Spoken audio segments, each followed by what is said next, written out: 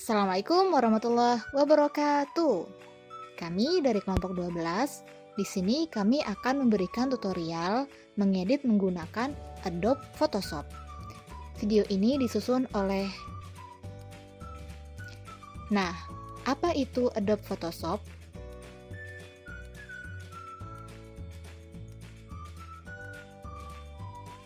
Dari penjelasan tadi, kita bisa tahu bahwa aplikasi mengedit atau editing application sangat banyak. Yang paling terkenal adalah Adobe Photoshop dan CorelDRAW. Menurut pengalaman kami pribadi, Adobe Photoshop lebih enak buat dipakai ngedit sejenis bitmap atau yang berformat JPG atau JPEG. Sedangkan CorelDRAW lebih enak buat ngedit file jenis PNG atau kita kenal dengan vektor. Nah, yuk kita kenalan sama fitur-fitur dari aplikasi PS ini.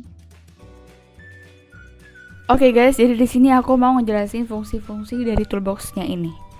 Nah, yang pertama ini ada Move Tool. Move Tool ini fungsinya untuk memindahkan objek baik atau berupa gambar maupun teks.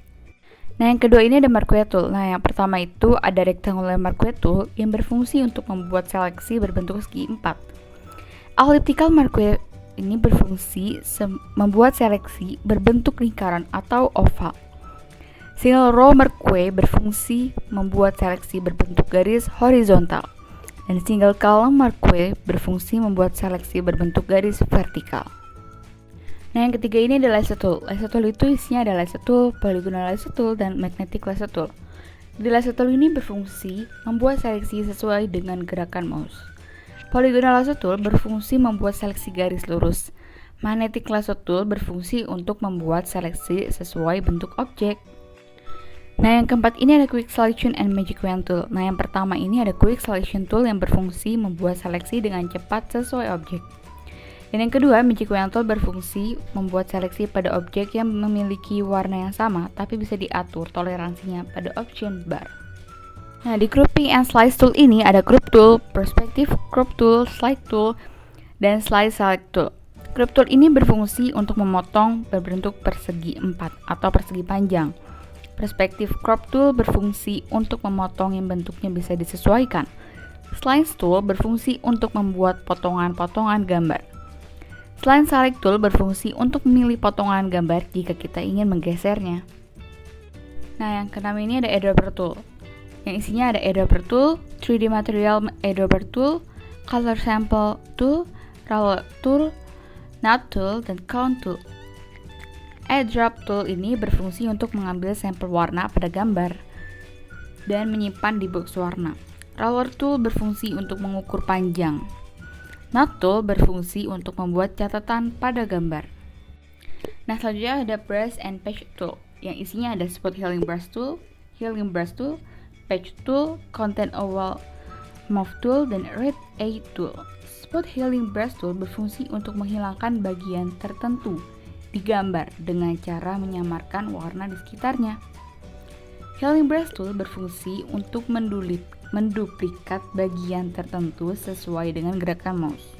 Patch Tool untuk menggantikan bagian yang diseleksi dengan bagian lain yang kita pilih dengan berbentuk yang sama. Content Aware Move Tool berfungsi untuk memindahkan objek ke bagian lain dan otomatis akan menyesuaikan daerah tersebut dengan objek di sekitarnya. Red A Tool berfungsi untuk menghapus warna merah pada mata. Nah, di Brush Tool ini ada Brush Tool yang berfungsi untuk mewarnai objek dengan bentuk yang bervariasi. Pencil Tool berfungsi untuk membuat objek coretan pensil. Color Replacement Tool berfungsi untuk mengubah warna pada gambar. Mixer Brush Tool berfungsi untuk memberikan polesan dengan mencampurkan warna brush dan gambar. Clone Stamp Tool. Di Clone Stamp Tool ini ada Clone Stamp Tool dan Pattern Stamp Tool. Clone Stamp Tool berfungsi untuk mengcloning area gambar dan Pattern Stamp Tool berfungsi untuk mengcloning pola gambar pada objek. History Brush Tool, yang di sini ada History Brush Tool yang fungsinya untuk mengembalikan gambar yang sudah di-brush ke kondisi awal. Sedangkan Art History Brush Tool sama fungsinya dengan History Brush Tool, namun dengan gaya tertentu. Nah, di Eraser Tool ini, Eraser Tool berfungsi untuk menghapus gambar. Background Eraser Tool berfungsi untuk menghapus background pada suatu gambar. Magic Eraser Tool berfungsi untuk menghapus area pada gambar yang memiliki gambar padat. Gradient Tool. Nah, di sini tuh isinya ada Gradient Tool, Paint Bucket Tool, 3D Material Tool. Gradient Tool berfungsi untuk membuat warna pada gambar atau layer. Paint Bucket Tool untuk memberi warna pada suatu gambar atau layer. 3D Material Tool berfungsi untuk memberi warna 3D pada gambar atau layer. Blur Tool. Di dalamnya ini ada Blur Tool, Sharpen Tool, Smudge Tool. Blur Tool ini berfungsi untuk membuat gambar blur atau mengaburkan gambar. Sharpen Tool ini untuk menajamkan warna gambar. Smudge Tool berfungsi untuk memberi efek seperti gosokan pada cat basah. Nah, di Dodge Burn and Sponge Tool ini ada Dodge Tool yang berfungsi untuk meningkatkan kecerahan gambar. Burn Tool untuk menghitamkan atau menggelapkan gambar. Smudge Tool untuk meningkatkan saturation pada gambar. Nah, di pen tool ini ada banyak banget isinya. Yang pertama ada pen tool yang berfungsi untuk membuat seleksi titik-titik yang nantinya akan membentuk objek gambar. Freeform pen tool berfungsi untuk membuat pad dengan bentuk yang bebas. Ada anchor point tool berfungsi untuk menambahkan titik pada objek yang sedang kita buat. Delete anchor point tool berfungsi untuk menghapus titik pada objek yang sedang kita buat. Convert Point Tool berfungsi untuk menyeleksi objek yang ingin kita pindahkan. Nah, di teks ini ada banyak banget nih macam-macamnya. Ada Horizontal Type Tool, Vertical Type Tool, Horizontal Type Mask Tool, dan Vertical Type Mask Tool. Horizontal Type Tool berfungsi untuk membuat teks dengan arah horizontal. Vertical Type Tool berfungsi untuk membuat teks dengan arah vertikal. Horizontal Type Mask Tool berfungsi untuk membuat area seleksi berbentuk teks dengan arah horizontal. Sedangkan Vertical Type Mask Tool berfungsi untuk membuat area seleksi berbentuk teks dengan arah vertikal.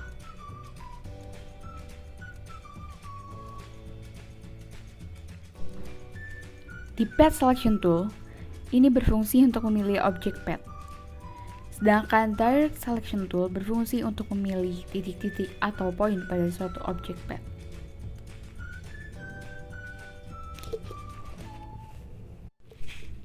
Shape Tool, Rectangular Tool berfungsi untuk membuat objek kotak. Rounded Rectangle Tool berfungsi untuk membuat objek kotak dengan sudut tumpul. Ellipse Tool berfungsi untuk membuat objek elips. Polygon Tool berfungsi untuk membuat objek segi banyak atau bintang. Line Tool berfungsi untuk membuat garis.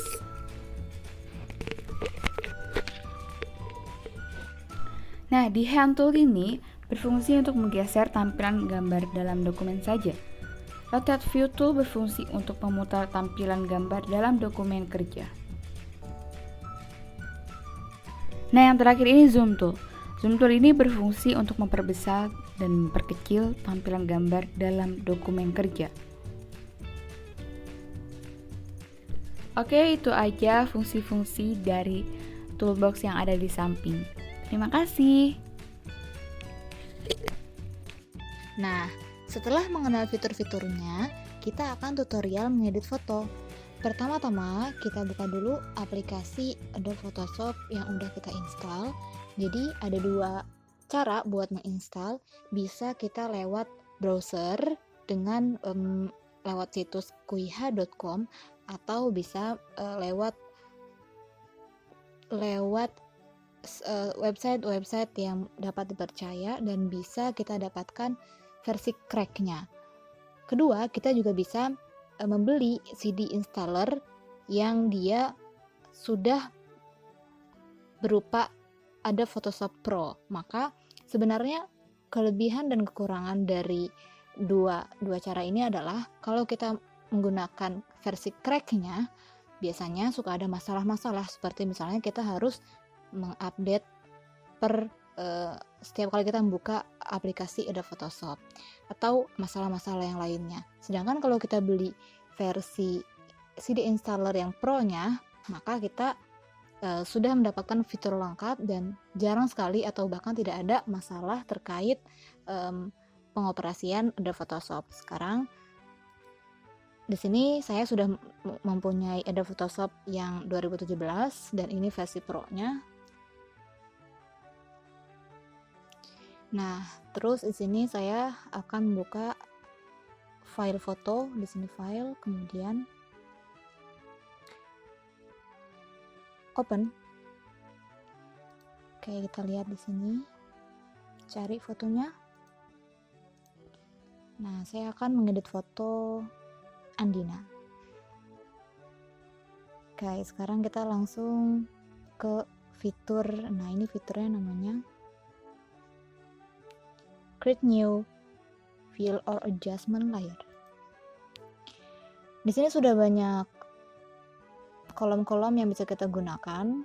Di sini ada solid color, gradient, pattern, brightness or contrast sampai dengan selective color.